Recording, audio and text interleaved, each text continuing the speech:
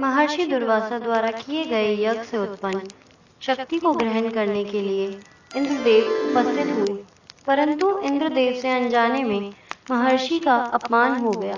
इंद्र, ये मेरे तप का तिरस्कार है। क्षमा कीजिए ऋषिवर। तुमने अपने ऐश्वर्य के मद में चूर होकर मेरे ज्ञान का तिरस्कार किया है। तुमने श्री का अपमान किया है इंद्र। इसलिए मैं देवतागण को श्राप देता हूँ कि समस्त देवगण श्रीहीन हो जाए।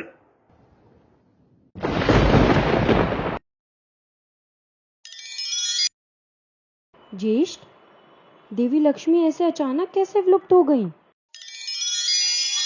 देवी लक्ष्मी के विलुप्त होने का कारण महर्षि दुर्वासा का देवगणों को दिया गया श्राप है, जिसके फलस्वरूप सभी देवगण श्रीहीन हो गए और देवी लक्ष्मी समुद्र में विलीन हो गई। तो देवी लक्ष्मी को पुनः लौटाने का क्या मार्ग है देव? श्री को समुद्र से लौटाने के लिए समुद्र को मथना होगा, अर्थात समुद्र मंथन करना होगा। समुद्र मंथन से ही श्री की उत्पत्ति होगी। किंतु देव, इतने विशाल समुद्र का मंथन केवल देवताओं द्वारा संभव नहीं है। इस समय वह शक्तिहीन है।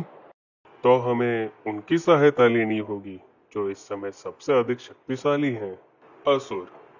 समुद्र मंथन से अमृत की प्राप्ति होगी, जिसे असुर भी अवश्य ग्रहण करना चाहेंगे।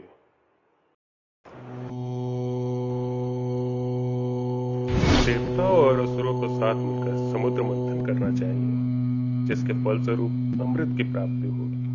उससे आप सभी अमर हो जाएंगे। इस मंथन से अमृत के साथ साथ अन्य रत्नों की भी प्राप्ति होगी, जिन्हें समान रूप से दोनों पक्षों में विभाजित किया जाएगा, जिससे सभी को इस मंथन का लाभ प्राप्त हो सके। उचित है महादेव, हम मंथन में देवताओं की सहायता के लिए सज्ज हैं। हर हर महादेव। असुरों द्वारा मद्रांचल पर्वत को क्षीर सागर में लाया गया। हे देव, मंथन आरंभ करने के लिए पर्वत का स्थिर होना आवश्यक है।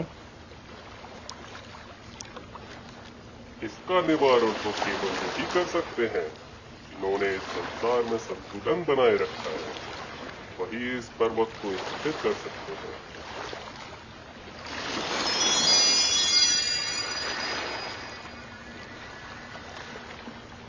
नारायण का ये अवतार संसार में कच्छप अवतार नाम से जाना जाएगा। प्रभु, इतने विशाल पर्वत को मथने के लिए एक विशाल रस्सी की आवश्यकता होगी। संसार में कोई ऐसी रस्सी नहीं है जो इतने विशाल पर्वत के घर्षण को सहन कर सके। अब आप ही मार्गदर्शन करें प्रभु। इस समस्या का समाधान मेरे प्रिय भक्त कौन कर सकता है? वासुकी में इस विशाल पर्वत के घर्षण को सहने की क्षमता भी है और आकार बढ़ाने की शक्ति। आप सब इस कार्य के लिए वासुकी की सहायता ले सकते हैं।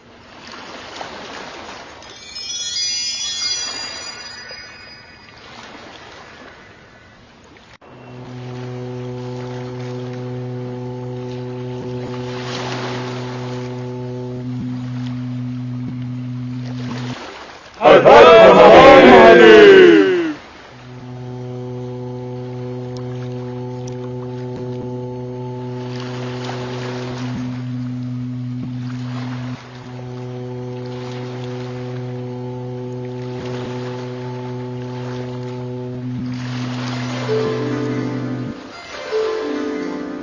प्रथम रत्न के रूप में चंद्रदेव की उत्पत्ति हुई है।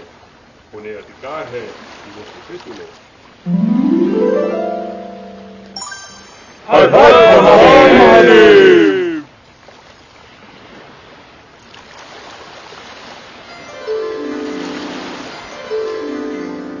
दिव्य गज ऐरावत हाथी, यह इंद्रदेव को दिया जाता है। हर हर महादेव।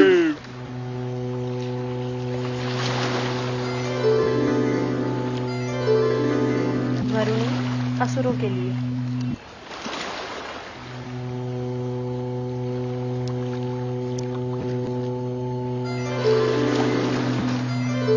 कल्प वृक्ष अब देवताओं के हित में।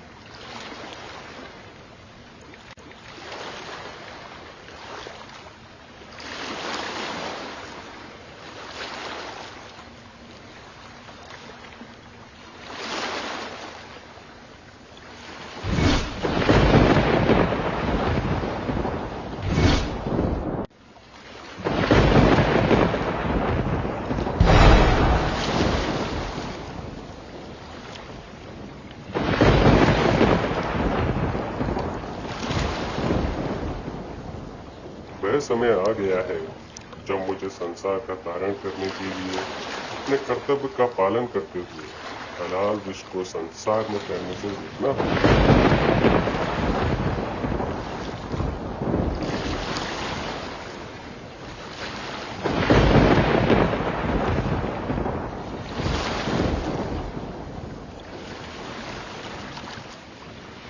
महादेव! विशुद्धि चक्र हमारी आध्यात्मिक शक्ति का द्वार होता है।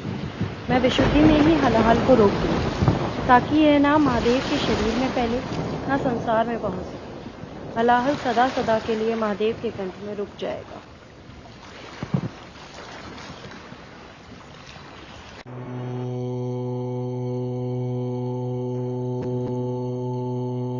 जो अमृत पाने के लिए संघर्ष करे वो देव, जो संसार के हित के लिए विष का पान करे वो महादेव। हर हर महादेव, हर हर महादेव।